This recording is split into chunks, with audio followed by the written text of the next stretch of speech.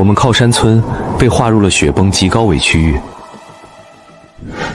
上面拨了赈灾款，每家赔偿大几十万，整体搬到镇上的暖气楼房。可包工头赵大强和赵鹏却以我家后院有块天然挡风石为由，硬把我从名单里踢了出去。我转身在院后浇筑了5米高的微型钢筋混凝土导流墙，屋顶全换成了抗压的重型 H 钢架。疯了，修碉堡呢！全村都笑我是疯了，要在山上修个碉堡。直到3天后，罕见的特大雪崩彻底吞没了靠山村。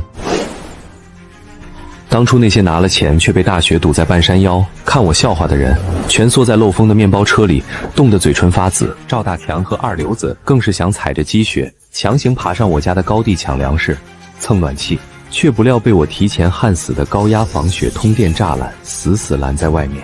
飞哥，飞哥！想进屋烤火，开门费1次3000，吃口热乎烤地瓜，扫码200。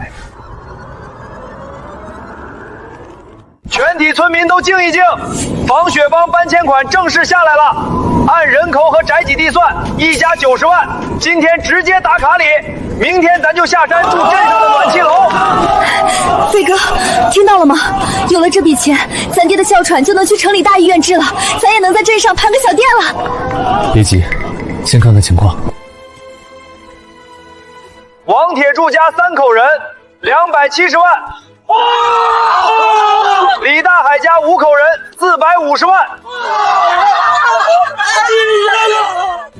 飞哥，你家那大院子加上3口人，怎么着也得300多万吧？这钱一到手，今晚高低得去镇上杀只羊请客啊！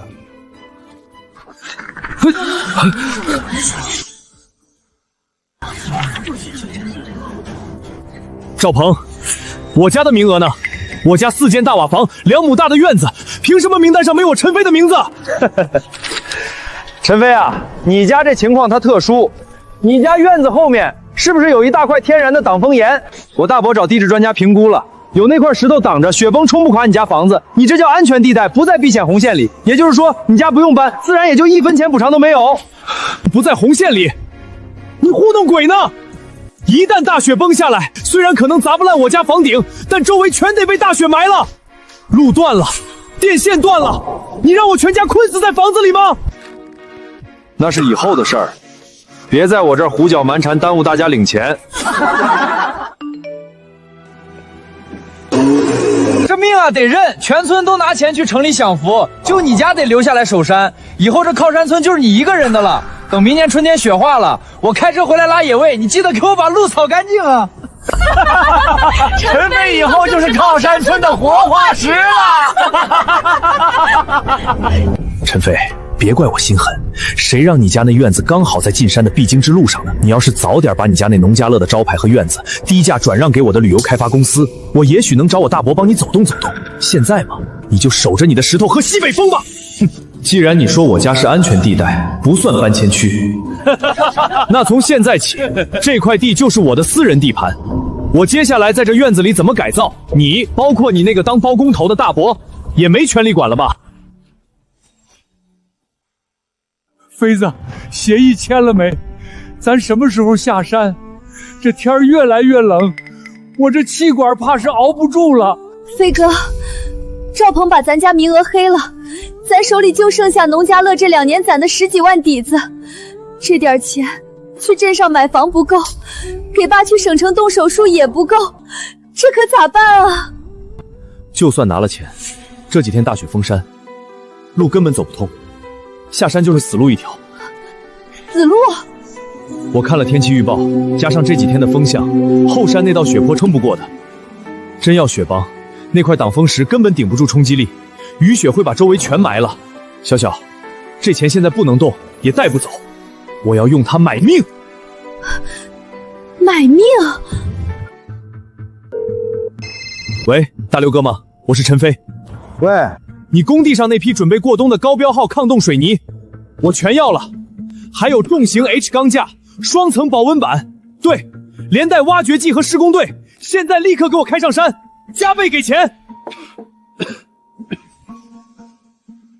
大刘哥，地基给我往下挖2米，这面墙要浇筑成5米高的 V 字形导流墙，里面全给我铺上双层加粗螺纹钢。兄弟，你疯了？这规格是修防空洞的，你这点家底儿全砸进去，连个水花都看不见。废话，3天内必须完工，保质保量，钱1分少不了你的，快干！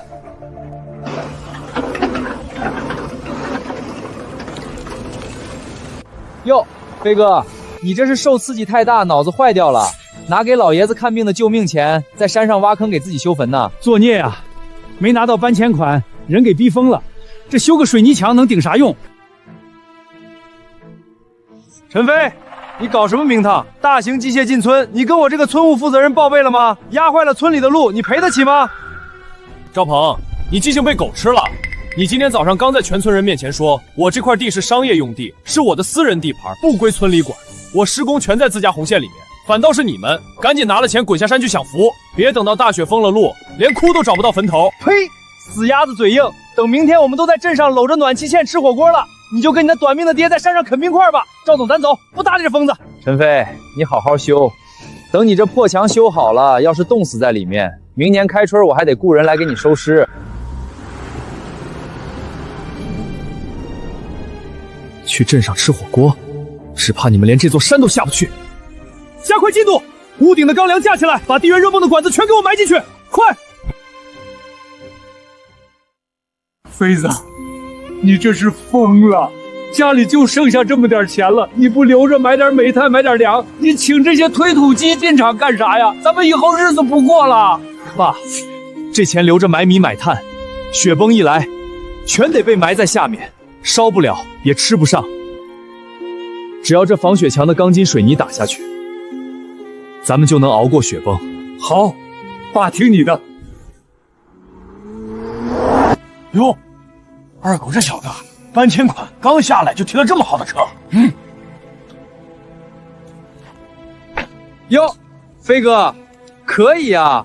大冬天的冻土，这是想修个露天滑冰场，还是说等特大雪崩下来了，飞哥好在这练习滑雪呀？哈哈哈！孙二狗，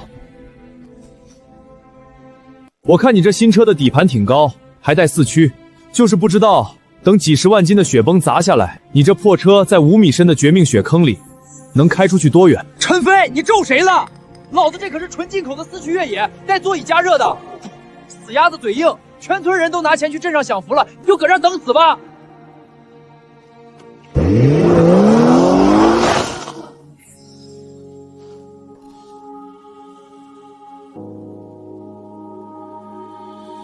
孙二狗，你以为有了车就能跑得掉？这几天的气温回暖，底层的冻雪早就化成了冰面，加上现在的暴风雪，不出2天，进山的路就会彻底瘫痪。你这辆引以为傲的破车，很快就会变成这大雪山里一座锁死你的移动铁棺材。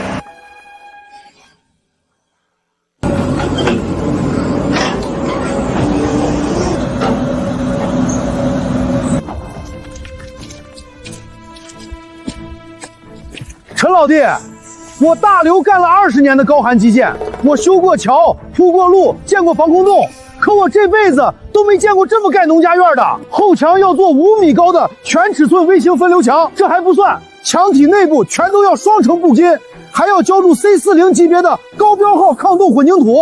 兄弟啊，你这院子加上后山坡，统共也就那么大点地方，光是这面挡雪墙，再加上你要求的那个全套恒温重钢屋顶，这一下子就要砸进去大几10万的真金白银啊！你家底儿都掏空了吧？有这笔巨款，你直接去县城、去市里买个高档楼房住不好吗？大刘哥，我要的是绝对抗压、绝对安全。这面微型墙不仅要防住几10万吨重、时速超过200公里的特大雪包的正面冲击，它上方的 H 厂钢阳光防还有更重要的任务，这片平顶必须要能承受住10吨以上的重型机械。屋顶的最外层给我涂双军用级别的防雪防结冰涂料，颜色要用最刺眼、最醒目的高亮橘红色。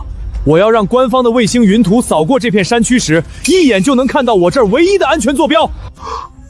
我的亲娘嘞！你要在这穷乡僻壤的山沟沟里停什么东西？我要停的是命，全家人的命。大刘哥，我只问你一句，能不能干？不能干，拿着定金滚蛋！我陈飞立马换人，有的是人抢着挣这笔钱。能干，干工程的哪有把钱往外推的道理？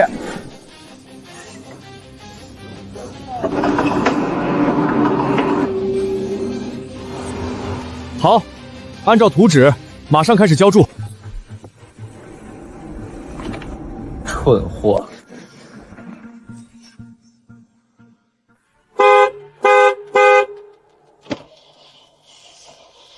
哟，守山犬，你那宝贝水泥冻硬了没有啊？听兄弟一句劝，别瞎折腾了。等明天最后一次搬迁款发完，全村断电、断水、断网。陈飞啊，陈飞，大雪一封山，没水没电，零下30度，你全家抱在一起啃冰块吧。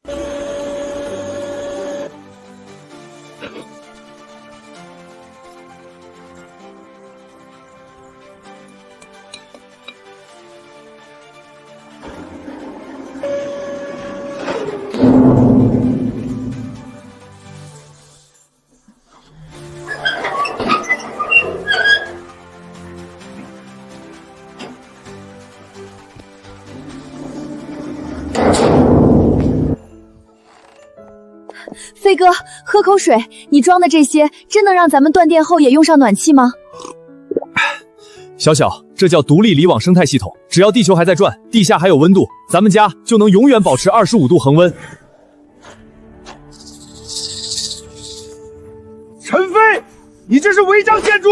宅基地是批给你盖普通砖瓦房的，不是让你修军事堡垒。你眼里还有没有王法？你这话说的可就有点意思。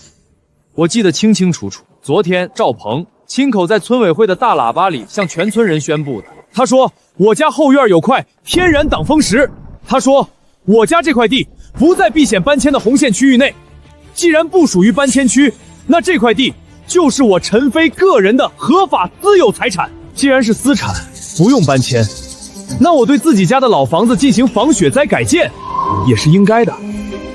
你倒是给我普夫法，哪条法律规定说不行了？哼，你想强拆，可以啊，去县里、去市里，拿到盖着大红公章的强制拆除许可文件，你再带着执法队来。否则，我倒要看看，今天谁敢动我一块砖！行行行，你小子够狂，不见棺材不掉泪。等着特大暴雪一封山，出村的路全被大雪彻底堵死。我看你守着光秃秃的钢筋水体墙，你能吃什么？你能喝什么？到时候，你全家老小冻死、饿死在这铁壳子里。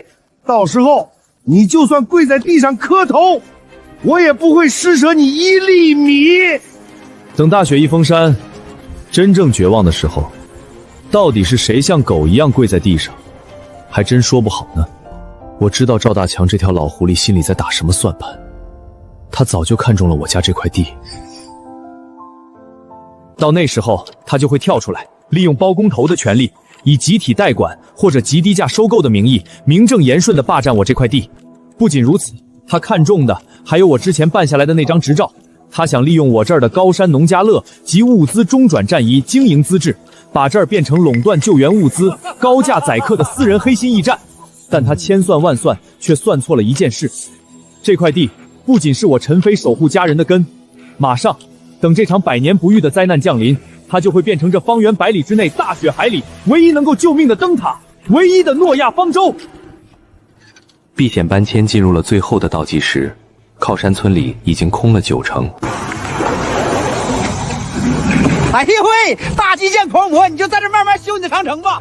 那些拿着单据去镇上领了巨额搬迁款的邻居们，在坐着车下山经过我家门前时，他们看我的眼神已经从最初的嘲笑，彻底变成了高高在上的怜悯。那种眼神，仿佛他们看的已经不是一个活生生的人，而是一具即将在雪地里冻僵的冰冷死尸。哥哥，我先去镇上住暖气楼，吃香喝辣去喽。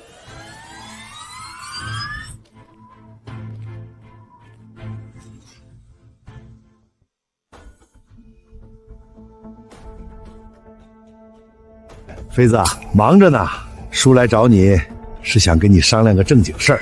妃子，之前在村里，叔有些工作的方式可能简单粗暴了点儿，但那都是为了执行上面的搬迁政策，大局为重嘛。你是个明事理的好后生，千万别跟叔记仇啊。妃子，你看你家这院子，以前挂着那个雪乡特色农家乐及高山物资周转站的牌子，叔知道那个营业执照和转运资质当时是跑了关系，挂在你陈飞个人的名下，嘿嘿。但归根结底，那也是咱们靠山村集体的宝贵资产，你说对吧？所以呢，赵老板铺垫这么多，到底想放什么屁？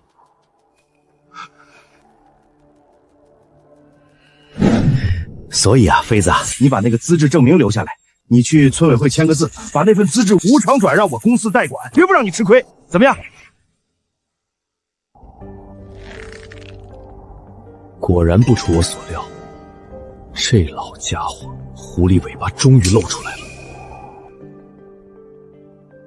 他不仅想要强占我这块位于进山要道的地皮，他还想借着我那个能合法经营、合法中转高山救援要物资的空壳子，明目张胆地把这里变成一个发黑心财的驿站。等大雪封山，外界救援进不来，里面的灾民出不去，到那时一口吃的，一瓶干净水，可都是天价。他这一进一出，通过倒卖物资和高价提供庇护赚的黑心钱，能比县里发下来的搬迁款多上10倍100倍。赵大强，你恐怕是年纪大了，记性不太好吧？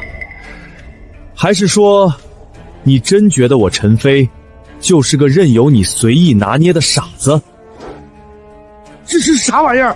这是经营资质的永久注销证明。就在1个小时前，我已经托人在县里彻底办妥了。我已经正式永久的注销了以我陈飞个人名义申领的高山农家乐营业执照，以及特种防寒物资临时存储及中转许可资质。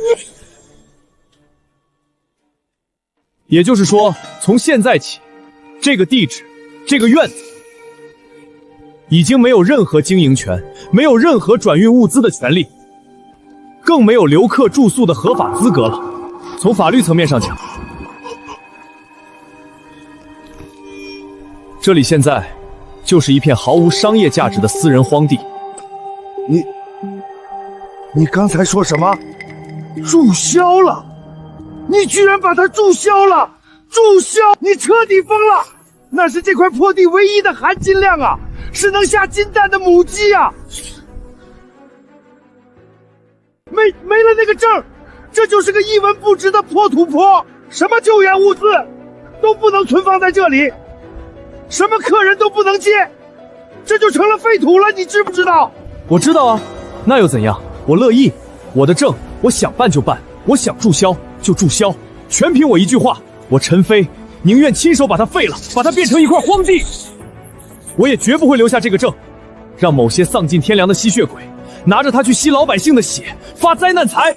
你这是赤裸裸的商业报复，陈飞，你这是在断全村人的财路，你不得好死！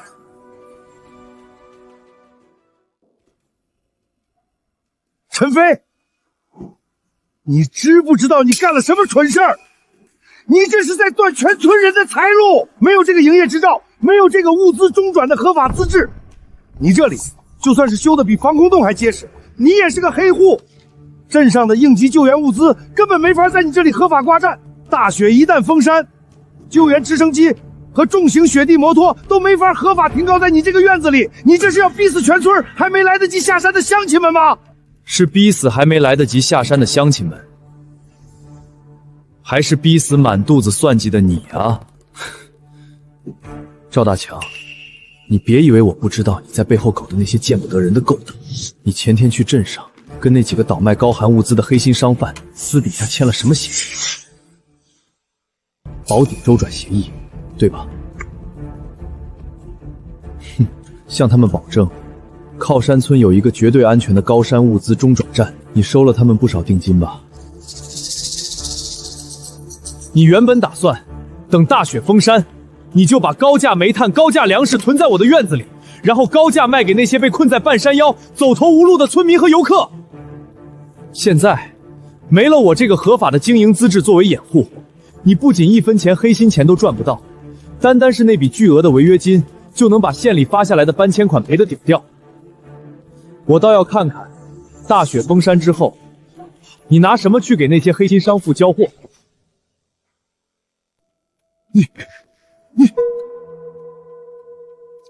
你是怎么知道的？这份秘密协议，我明明连赵鹏都没告诉。要想人不知，除非己莫为。你在镇上饭局上喝多了，自己把这事儿吹嘘出来的。真以为你做的那些缺德事儿，老天爷看不见吗？而且，按照工商局的规定，同一个经营地址，在主动注销后的半年之内，绝对不准再次核发同类营业资质。照说，你这想发财的春秋大梦，可以彻底死心了。陈飞，你这个养不熟的白眼狼！你断了我的财路，你给我等着！等大雪封了山，我看你怎么死在这座铁棺材里！你等死吧！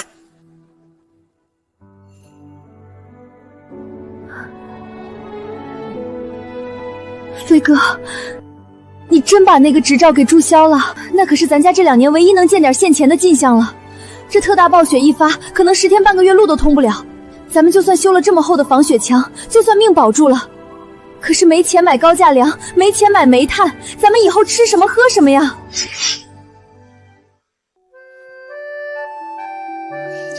怕什么？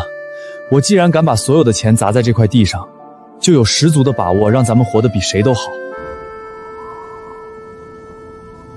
小小，你先别慌，我注销的只是地面上商业转运和接待住宿的资质。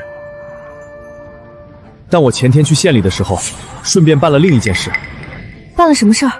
我向县应急管理局和民航系统申请了一个私人重型直升机高山应急起降点的免费备案。直升机起降点？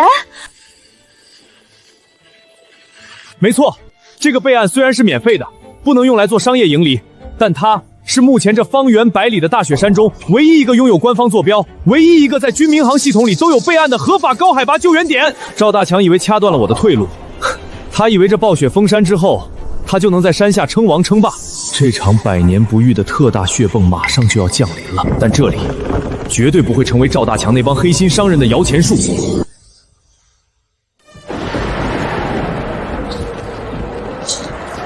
这里将会是我陈飞守护全家老小的绝对生命堡垒。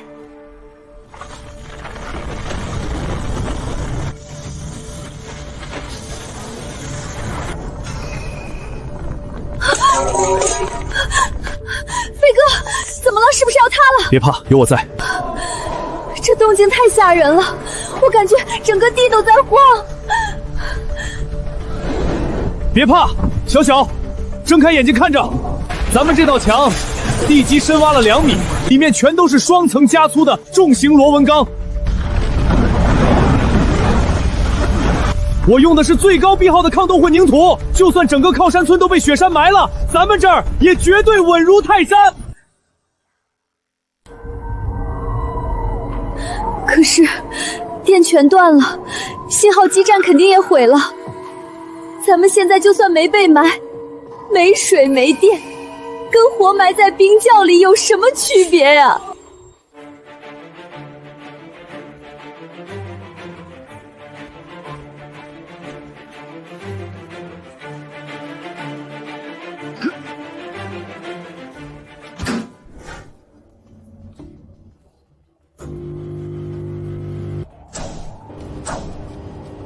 亮了，飞子，灯真的亮了，全村人都断电了，全村都被埋了，就咱们家亮着灯，跟过年点花灯似的。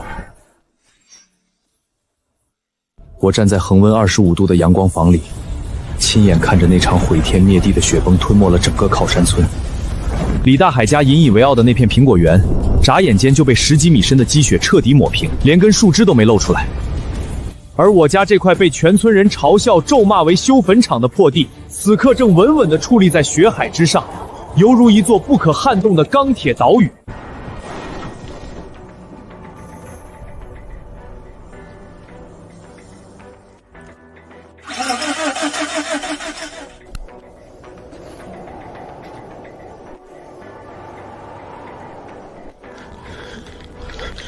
鹏哥，你看那是啥？那是啥玩意儿在发光？是不是我冻出幻觉了？那是陈飞家！他家居然没断电，他家在那么危险的半山腰上，居然还他妈亮着大灯！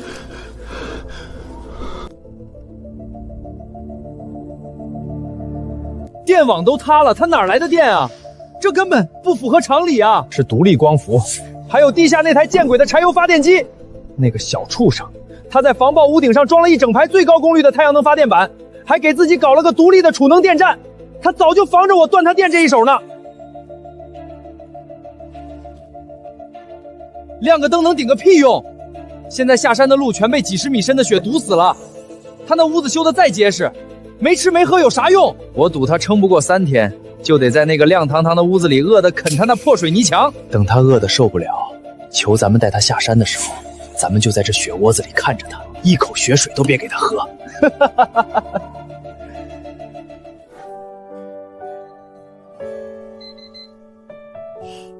飞哥，喝口热茶暖暖胃吧。飞哥，你脑子到底是怎么长的呀？你怎么就能提前算得这么准？要是没你装的这套独立供电系统，咱们现在恐怕早就跟山下那些人一样，在冰窟窿里等死了。这叫未雨绸缪，在这大山里讨生活，不把最坏的情况算进去，连死都不知道怎么死的。飞哥，你快看，刚才我试着重启了一下，你买的这个卫星网络终端信号居然满格，咱们的手机能连上 WiFi， 能上网了，咱们没有和外界失联。小小，只要有卫星信号，咱们这儿就绝对不是一座等死的孤岛，咱们这儿就是这场100年雪灾中官方唯一的生命前哨站。当初他为了满足自己的贪欲，利用特权硬生生把我踢出搬迁名单，想断了我的活路。孙二狗开着那辆破车，按着喇叭嘲笑我是守在山上等死的看坟狗。现在在这片吞噬一切的漫漫雪夜中，我陈飞就是他们唯一的灯塔，也是他们永远无法企及的绝望。这场生死倒转的大戏才刚刚拉开帷幕。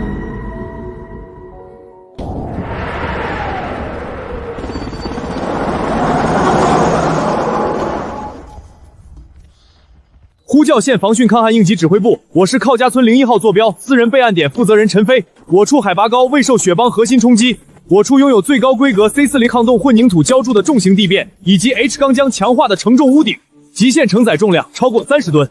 抗压能力完全达标，可供中型及重型救援直升机全天候无障碍起降。这里是指挥部，你是陈飞私人备案点？这怎么可能？之前防灾工程包工头赵大强说，靠山村全境已经被深达10米的雪崩彻底掩埋，该地区绝无任何降落条件，你们怎么可能还存活？赵大强说的是他们那些偷工减料，连一阵风都挡不住的豆腐渣工程。我这里是实打实的避险高地，导流墙厚度足足有80公分，双层加粗螺纹钢筋网，防滑防冰涂层全覆盖，我用全家的命担保，绝对安全。指挥部收到，情况危急，救援1号机准备进行高风险尝试降落，请陈飞同志立即清空场坪，确保降落区域无任何杂物干扰，准备迎接直升机。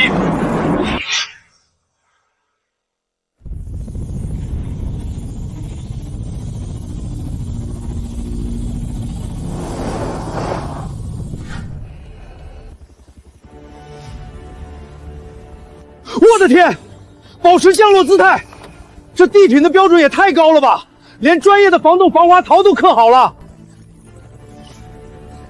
这简直比咱们县中心医院楼顶的那个直升机起降场还要稳固专业。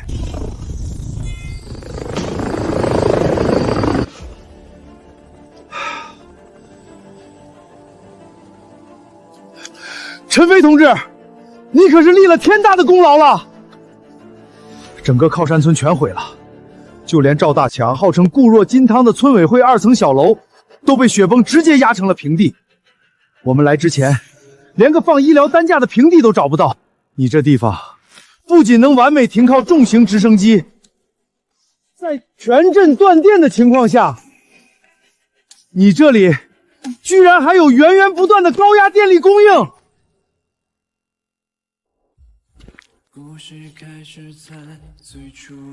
我这里装的是全套最高级别的独立光伏离网系统，地下室还配有2组大容量的磷酸铁锂储能电池组，外加一套直通地底的地源热泵。别说停个几天电，就算大雪封山2个月，我这里的备用电源和供暖也绝对充足。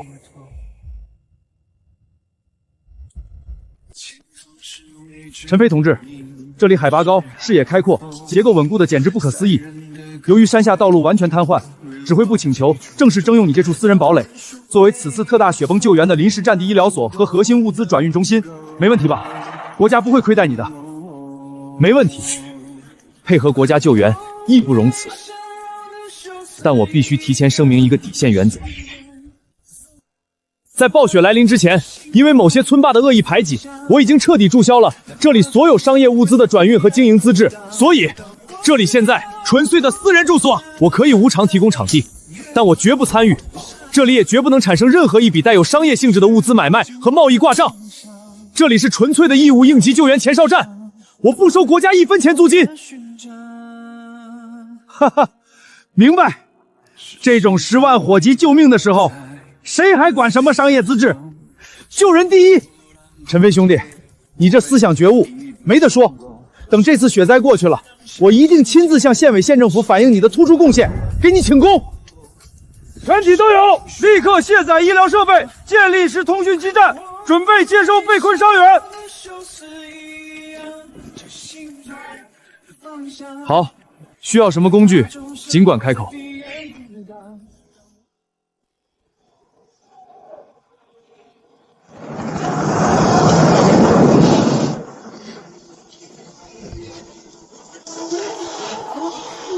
慢点儿，地下踩实了。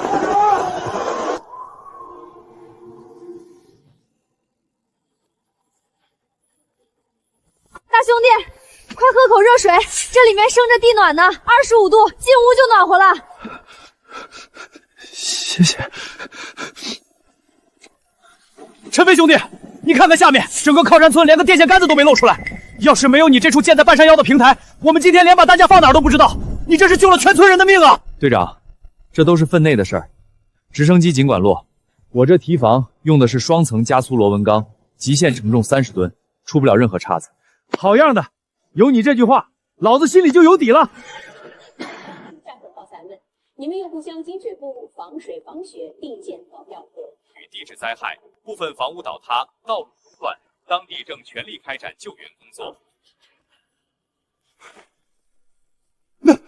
那是陈飞家，他的房子居然没塌！哎呀妈呀，还真是陈飞家！这不等等，我那30多万的4驱越野车，1秒钟就被雪崩拍成铁饼了。大伯，村委会的2层楼被雪崩砸进地底下2米深，东西都埋里面了。完了，全完了！这小畜生不仅没死，还他妈成了救援英雄了！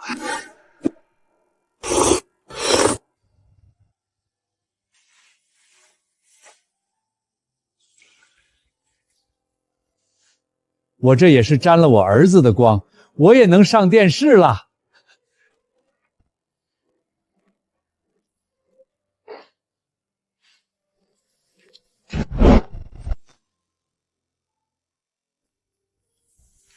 记者同志，不好意思，后面是我们的私人生活区，请配合一下，镜头不要往里拍。理解理解，保护隐私，应该的。爸，您就在这儿待着，记住我的话，没有我的允许，山下不管是哪个村民上来了，都不能让他们进咱们的后屋。行，队长，我听你的。赵大强、赵鹏还有孙二狗，你们昨天在村委会拿着大喇叭笑我是守山犬的时候，有没有想过这场100年不遇的大雪，最后到底埋了谁？游戏才刚开始。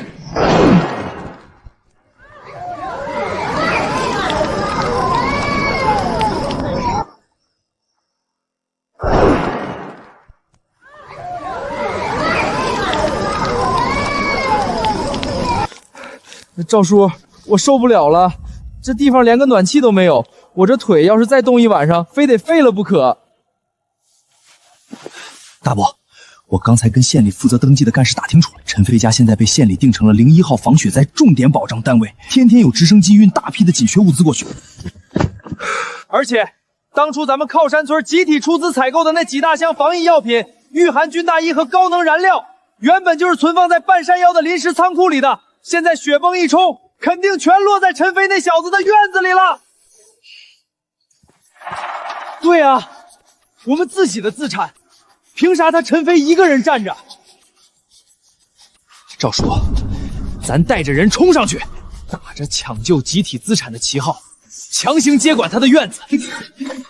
对，地是村里的，物资也是村里的，轮不到他陈飞搞独立王国。走，找几辆大功率的轻型雪地摩托，咱们连夜摸上去接管阵地。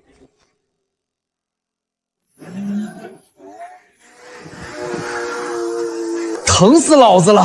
陈飞，你让老子遭这么大罪，等会儿门一开，老子非把你扒光了扔雪堆里，让你也尝尝变成冰棍的滋味儿。前面马上就到了，等会儿门一开，兄弟们直接往里冲，先把那恒温房占了再说，谁先抢到暖气，谁就先活命。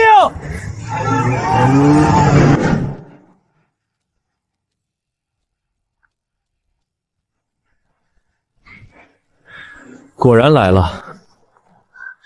飞哥，那是赵大强他们怎么上来了？还带了这么多人，手里还拿着家伙呢。带了人又能怎么样？这大雪山里人越多，陷得越快。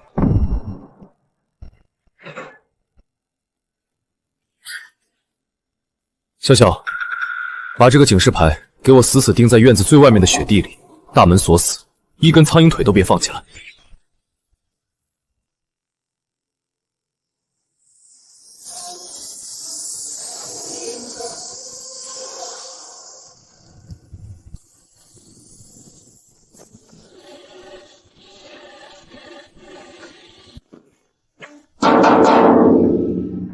陈飞，我是赵大强。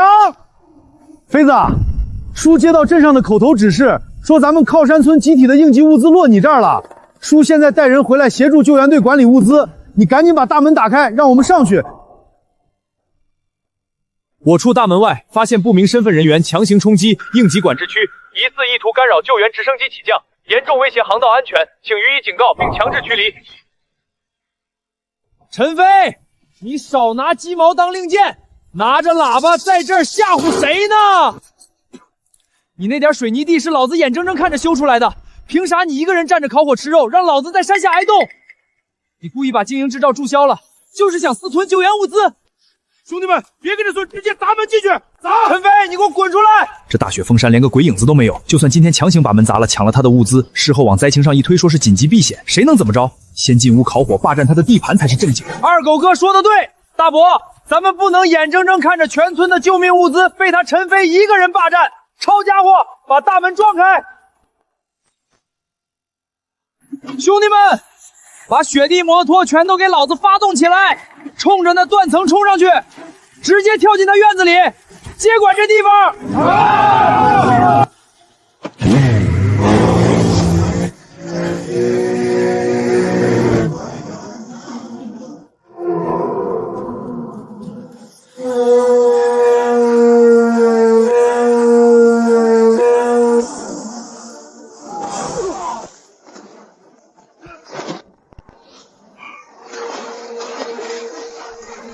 哎呀妈呀！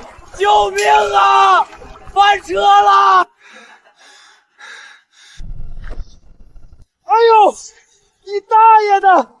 踩老子伤腿了！陈飞，救命啊！我的小腿抽筋了，快拉我上去，冻死我了！陈飞，你个畜生！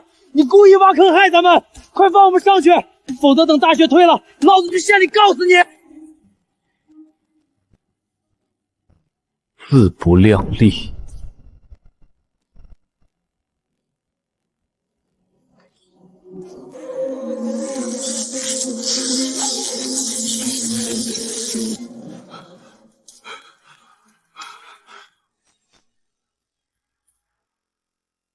陈飞，你这个丧尽天良的白眼狼啊！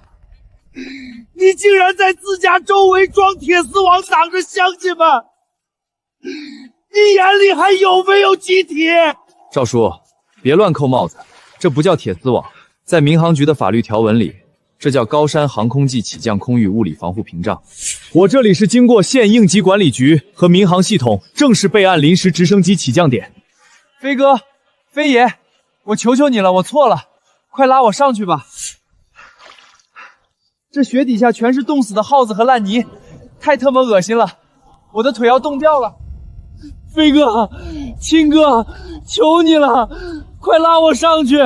这些坏主意全是二狗出的，不关我的事儿啊！啊！想要进来避险，可以，不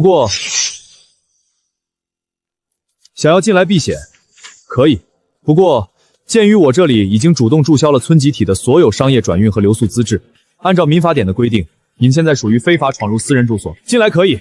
但你们在堡垒内产生的一切消耗，都必须按照私人自救的商业成本当场结算。另外，一瓶应急矿泉水200块，地满取暖费每小时500块。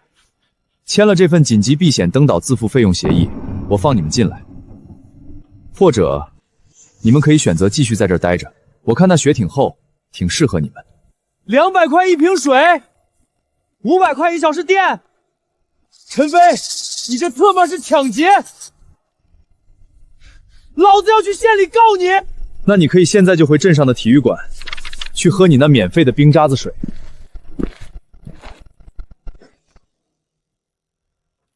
对了，顺便提醒你们一句，下一架执行重型物资调运任务的直升机，还有正好3分钟到达。重型直升机降落时带起的巨大向下泄压，相当于12级台风，它会把大门外方圆10米内的松散积雪瞬间全部吹飞。顺便把你们这几个泡在雪坑里的人直接卷进下方的万丈深渊里，祝你们好运。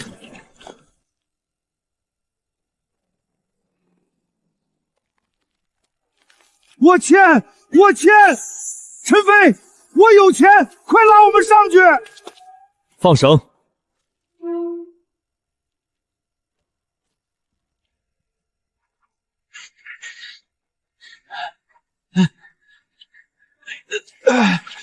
赵大强、赵鹏、孙二狗，当初你们在村委会按着喇叭，拿着大喇叭，当着全村人的面笑我是守山犬是疯子的那一刻，你们有没有想过，这靠山村的100年大雪，其实是老天爷给你们这种烂人亲手挖出来的坟墓？你一个人躲在这么厚的钢筋混凝土王八壳子里享福，你晚上闭上眼，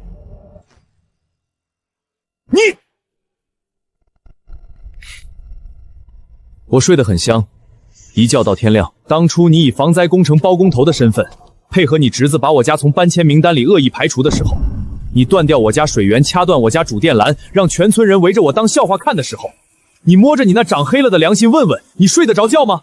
你心安吗？我那是为了大局，那是县里的政策，现在是特殊时期，救命要紧。你这里是全村唯一没被埋的高地，按照咱们县的须知红区及重大自然灾害紧急管理条例，在重大灾难面前，你作为本地村民有义务配合村集体避险，无条件村委会提供场地和所有保暖设施，你这是违法。我这可是为了咱们村的好。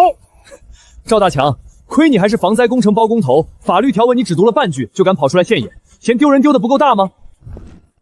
睁开你那双狗眼，给老子看清楚了！重大自然灾害续避区紧急管理条例第10条明文规定，私有宅基地及其地上合法建筑物，在特大自然灾害发生期间，属于私人法定的临时避险庇护所，非由县级以上人民政府下达的正式征用红头文件，任何集体和个人均无权强制占用。我陈飞从法律层面上讲，没有义务无偿接收任何未经编制和授权的非编制人员登岛。你胡说！这地皮是村集体的，不是你陈飞个人的。村里的地，老子说了算。地确实是集体的，但我手里有整整30年的合法经营权和宅基地确权证书，那份确权合同上可还盖着大红印章和亲笔签名呢。陈飞，你个疯子！你真他妈穷疯了！进入费一次3000，每小时还要加烧1000的安全监护费，你这他妈不是抢劫，你这是要老子的命啊！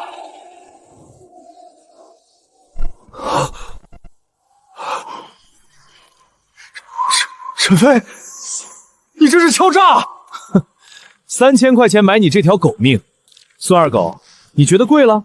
你前天在村委会门口提那辆进口4驱越野车的时候，花了30多万，按着喇叭嘲笑我是守山犬的时候，不是挺威风、挺有钱的吗？怎么着？现在到了救命的时候，你孙二狗的一条命，连你那破车的一个轮子都不值了。飞子，飞爷，我们是一个祖宗传下来的呀！我当年还抱过你呢，你不能把事情做这么绝，把叔往死里逼呀！你不能把事情做这么绝，把叔往死里逼呀！别跟老子谈什么老祖宗！你在镇上跟那帮黑心粮商、煤商私底下签合同，想利用我这个农家乐发横财和灾民血的时候，你想过老祖宗吗？签，或者现在给老子滚回门外的雪坑里躺着，自己选。我签。陈飞，你给我记住了，这笔账等大雪退了，路修通了，咱们以后慢慢算。雪退了的事，等退了再说。现在带着你的人去那边难民暂存区待着，每喝一瓶水，扫码支付，概不签账。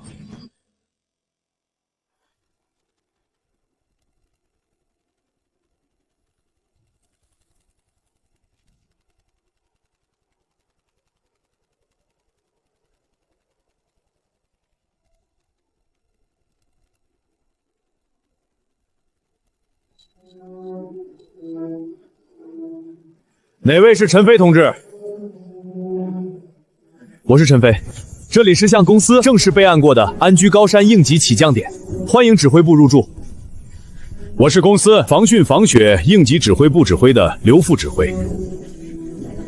陈飞同志，你这次可是立了大功了。我们在卫星的实时热成像云图上发现这一带有异常高亮的坚固平台坐标。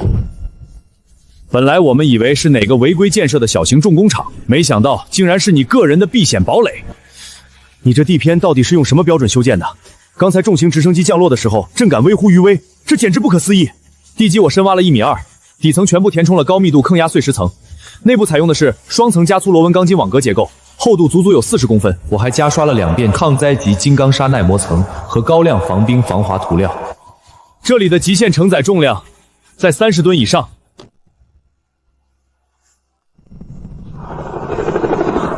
指挥，强度测试完全达标，这地面的硬度甚至超过了县中心医院楼顶的那个标准起降场。而且，这里竟然有自备的10千瓦独立光伏离网电力系统，以及360度红外监控全覆盖。领导，您听我说，这块地是我们靠山村公司的，陈飞这是私自改变宅基地的土地用途，这是典型的违章建筑。您必须得把这块地收归公司管理，千万不能让他这种唯利是图的小人钻了公司的空子。你是谁？我是公司防灾工程负责人，还是村防灾工程包工头？我叫赵大强，村长去省里做手术了，我手里代管着村里的公章。赵大强，我不派人去找你，你倒自己蹦出来了。哼！刚才在镇上的临时安置点，我听说你违规代管，而且严重失职，你根本就没有向上级如实上报这块高地的精确高程和安全系数，导致我们指挥部的救援直升机差点错过了这个茫茫雪海中唯一的转移前兆。刘副指挥，而且我还在县里查了档案。陈飞同志之前申请高山物资转运资质屡屡构阻，是不是也是因为你的故意打压和不作为？我那是因为他违规在先啊！违不违规是国家的法律说了算，不是你赵大强这张嘴说了算的。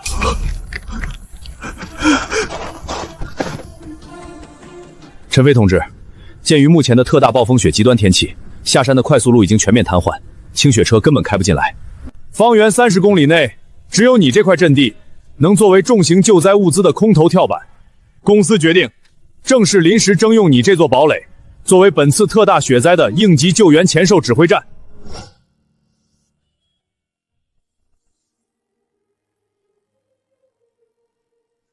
你在被征用期间，所有的水电消耗、设备磨损，事后公司全部原额补偿。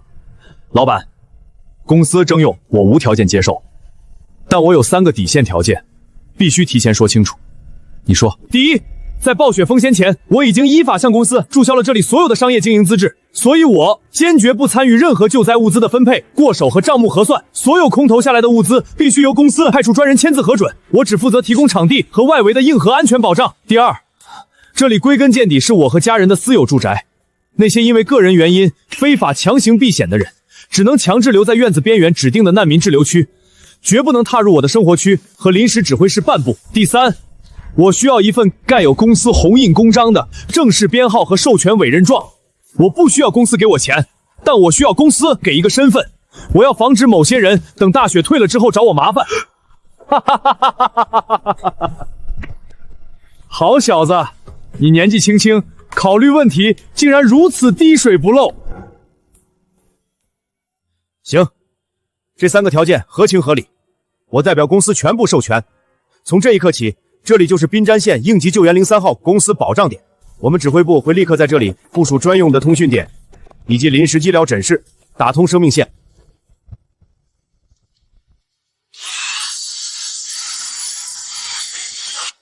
完了，这下全完了。原本还盘算着等雪停了把这块地夺回来，谁能想到他陈飞竟然直接从公司领导手里拿到了免死金牌，以后谁还敢动他这院子一根汗毛？孙二狗，你前天不是在村里按着喇叭说，等雪崩下来要在这片雪地上给我挖个坑当坟头吗？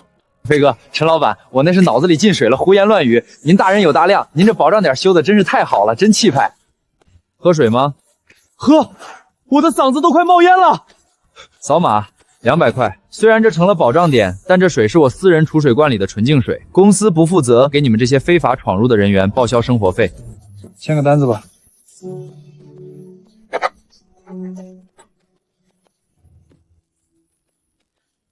特大暴风雪封锁靠山村已经进入了第3天，虽然肆虐的狂风开始减弱，气温有了一丝回升，但整个靠山村旧址依然是一片被彻底掩埋的死亡冰海。几名提前转移到镇安置点的村民趴在安置楼的阳台上，望着大雪封山的村子方向，满脸绝望。那些原本领了80万补偿款下山的邻居们，现在正面临着一个极其崩溃的现实。为了多拿点财产评估款，他们把陈年旧粮、名贵药材全堆在了老房子的2楼。现在镇上物价疯涨，他们手里攥着补偿款，眼看着迅速缩水，心里疼得像猫抓一样。大伙儿听说了吗？陈飞那座建在半山腰的堡垒没塌，那儿现在不仅有电，还有直升机天天运好吃的过去。咱们能不能凑钱去镇上租几辆大功率的雪地摩托回去？对啊，陈飞那院子有现成的大地皮，厚实又干爽，正好能用来晾晒咱们刨出来的粮食。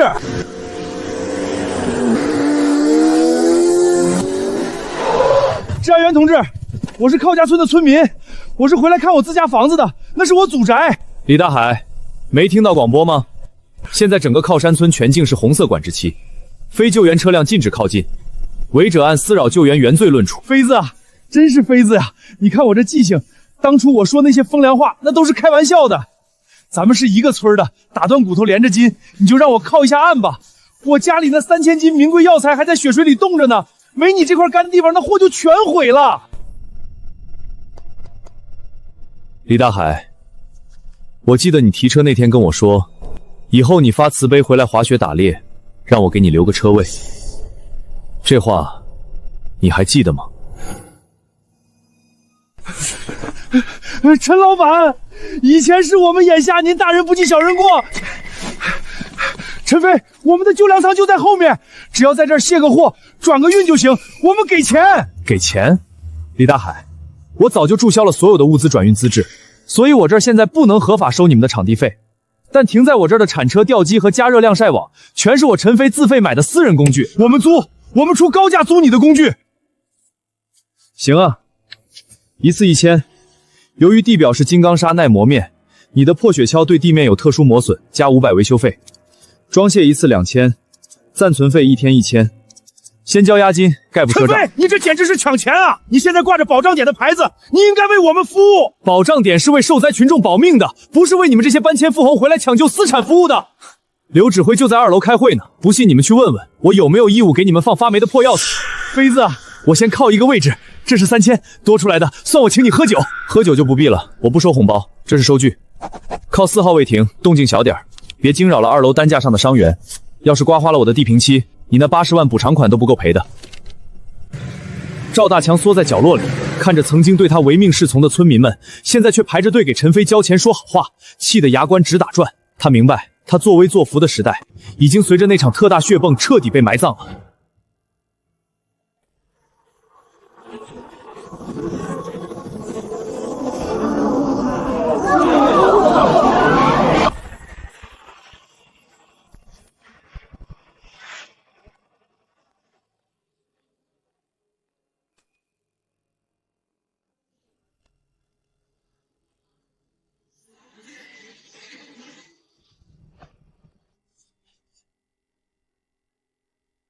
陈飞先生，我是天悦集团的副总裁陈万林。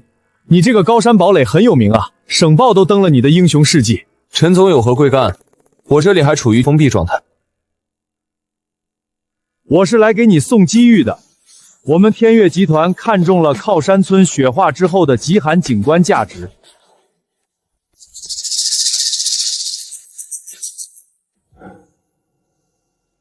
我们准备投资20亿。在这里打造全国最大的极地抗灾遗址主题公园，我想要买断你这块宅基地的经营权，用来建山顶豪华观景酒店。助理，把协议拿给他。500万，只要你签字，钱立刻到账。陈总，这块地是我们靠山村公司的，我是公司管理负责人赵大强，代表我们公司和您签合同，这钱应该打到公司账上。赵大强。我们已经查得很清楚了，陈飞先生在暴雪前就已经注销了转运点资质，现在这座堡垒是完全受法律保护的个人独立产权，我们只会跟陈飞先生谈。陈飞，这500万正好可以平了公司欠的那些烂账，你必须拿出来。陈飞，人家给你500万是看得起你，万一回头把你这定性成违建强拆了，你1分钱都拿不到。就是啊，陈飞，你一个人霸占这么多钱，也不怕遭报应？我不卖，年轻人，不要敬酒不吃吃罚酒。我只要跟上面打个招呼，以防灾设施升级的名义，把你的地收回去，也就是一纸公文的事情。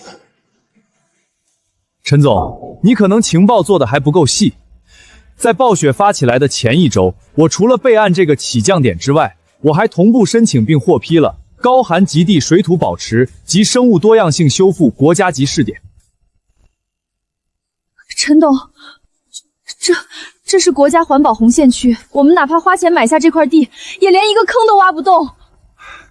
你竟然敢耍我！你宁愿让这块地荒着，也不愿意卖给我们搞商业开发。这不是荒着，我这是在给子孙后代留一个不被资本践踏的救命地方，在别人的灾难遗址上建豪华酒店，收天价房费。这种人血财，我陈飞觉得正着烫手。带着你的收购方案，马上滚出我的地盘！你给我等着，我现在就去运作关系。刘副指挥现在就在后院开会，你要不要我把他请下来，当面听听你陈大老板打算怎么去运作国家的环保红线？陈飞，你拒绝了500万，你是全村的罪人。赵大强，你别在那儿做梦了，那500万从来就不是村里的，更不是你赵大强的。你与其在这里操心我的地，不如好好想想，等大雪完全退了，公司账目上那些被你挪用的移民防灾款，你该怎么填平？公司的审计监察组可是马上就要到了。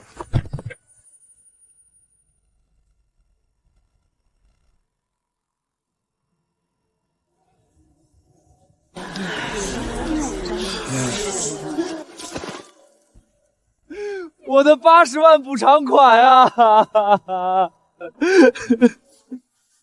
我全砸在这辆车和镇上的装修里了。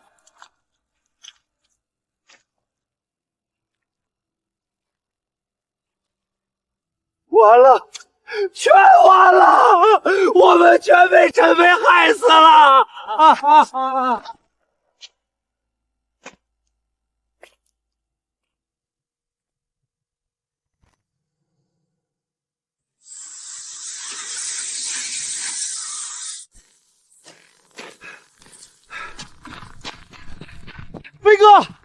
求你帮帮忙，给点干净水吧！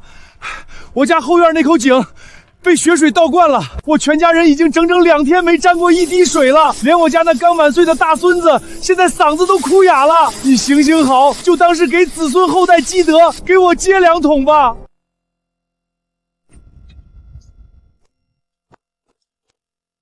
想要水，没问题。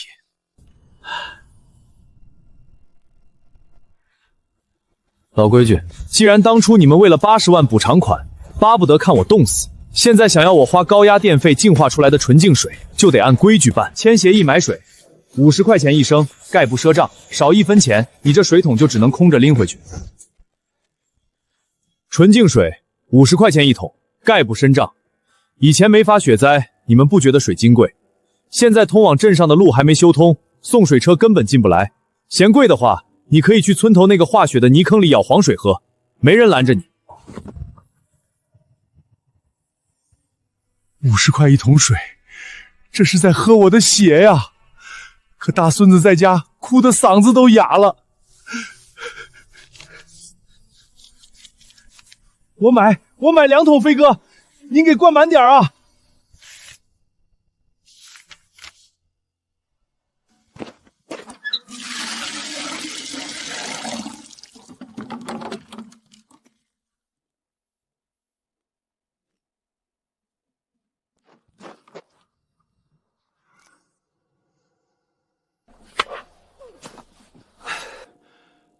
飞哥，您行行好，我家那房框子全被冻在几米厚的冰底下了，靠人工根本刨不开啊！求您把机器借给我们清理一下地基吧。铲车租赁费1天5000，押金2万，柴油你自己加，刮坏了履带照价赔偿。1天5000，押金2万。陈飞，你心怎么这么黑？你这就是趁火打劫！你看看你墙上挂的这是啥？你这里可是公司挂牌的保障点，你应该免费把机器提供给我们这些无家可归的受灾群众使用。你要是敢收钱，我就去公司告你贪污救灾物资，告到你进去蹲大牢。去告我，好啊。但我再给你这蠢货解释最后一遍，给我听好了。我这块牌子负责的是公司主导的应急生命救援，是给重伤员保命用的。而你们现在要挖出来的是你们自己的私产，你们的灾后重建想要抢救财产，属于纯粹的私人商业范畴。我这铲车是我自己花了几十万全款买的，你想白嫖，门都没有。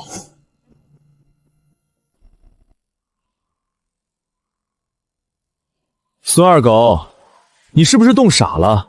我早就向公司注销了物资的转运资质。睁大你的眼睛看清楚，这台铲车我现在是以安居农机维修站的私人名义在独立合法经营，你可以去镇上打听打听，看看有没有比我更便宜的机器租给你。我租，你马上给我拟合同。陈站长，打扰一下，我们需要租用您这片靠近排水口的干净场地，给刚从前线运送完重伤员的医疗救援车进行全面消杀和高压清洗。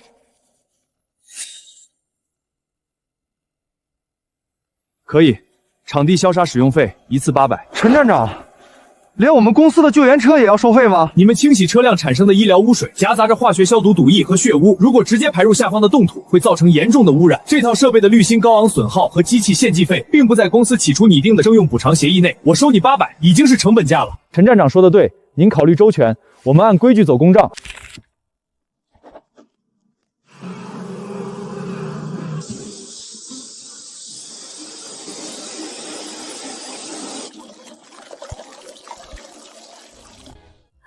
飞哥，好消息！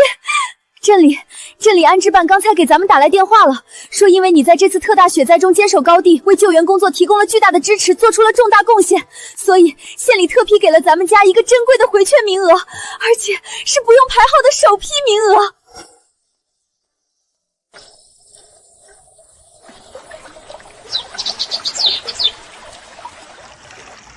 飞哥，你快看！镇上允许咱们家作为特优贡献户，不用排号，优先填镇中心最好的商业旺铺。飞哥，咱们终于可以离开这个山沟了。小小，我不走。为什么？飞哥，你看看下面，整个村子已经彻底毁了，现在路一通，所有的乡亲们拿了补偿款全都搬镇上去了，这里连个人影都没有了，马上就会变成一座彻头彻尾的空山。小小，它不是空山，这片土地刚刚经历了一次重生，它在呼吸。国家专家组的勘测报告马上就会下发，这里很快会被正式划批为滨河国家高寒湿地生态公园。一旦保护区挂牌，就是绝对的生态红线。大自然需要敬畏和守护，不能用来买卖。资本家想在这儿建酒店赚钱根本不可能。在暴雪封天前，我们拿到了所有的合法环保审批，这意味着这座堡垒将会是国家公园里唯一合法的核心服务支点。顶级科考队进山需要补给大本营，生态志愿者巡山需要哨所，医疗直升机需要停机坪。除了咱们这儿，整片保护区再没第二个人造建筑。这是这座堡垒真正的使命。镇上的铺子再好，也不过是过小日子。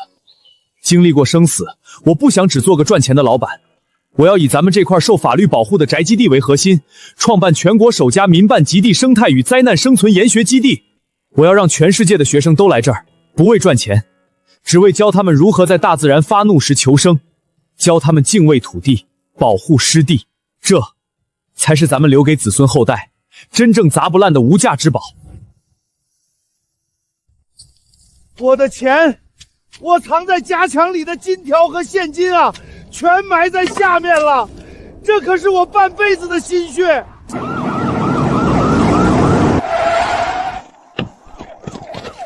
放开我，我在挖我的东西，放开我！高大强，别白费力气了。经县联合调查组取证，证据确凿，你身为公司管理负责人，涉嫌私拿公章、职务侵占巨额集体资金等罪名。作为村防灾工程的包工头，以偷工减料、诈骗国家工程款，导致全村防御工程形同虚设，依法拘捕。带走。陈飞，你这个魔鬼，我明白了。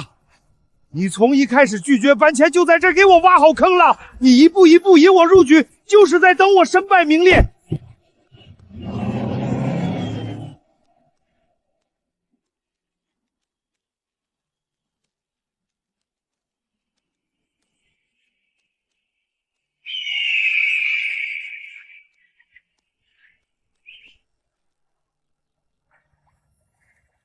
同学们，你们脚下踩着的就是3年前那场特大雪灾中全县唯一没被摧毁的奇迹堡垒。它不仅挽救了上百人的生命，现在更是国家公园监控生态、提供紧急救援的唯一核心支点。真像做梦一样，谁能想到，咱们当年为了活命修的院子，现在成了国家公园的心脏。敬畏自然，顺应规则，大自然就会给予最丰厚的回报。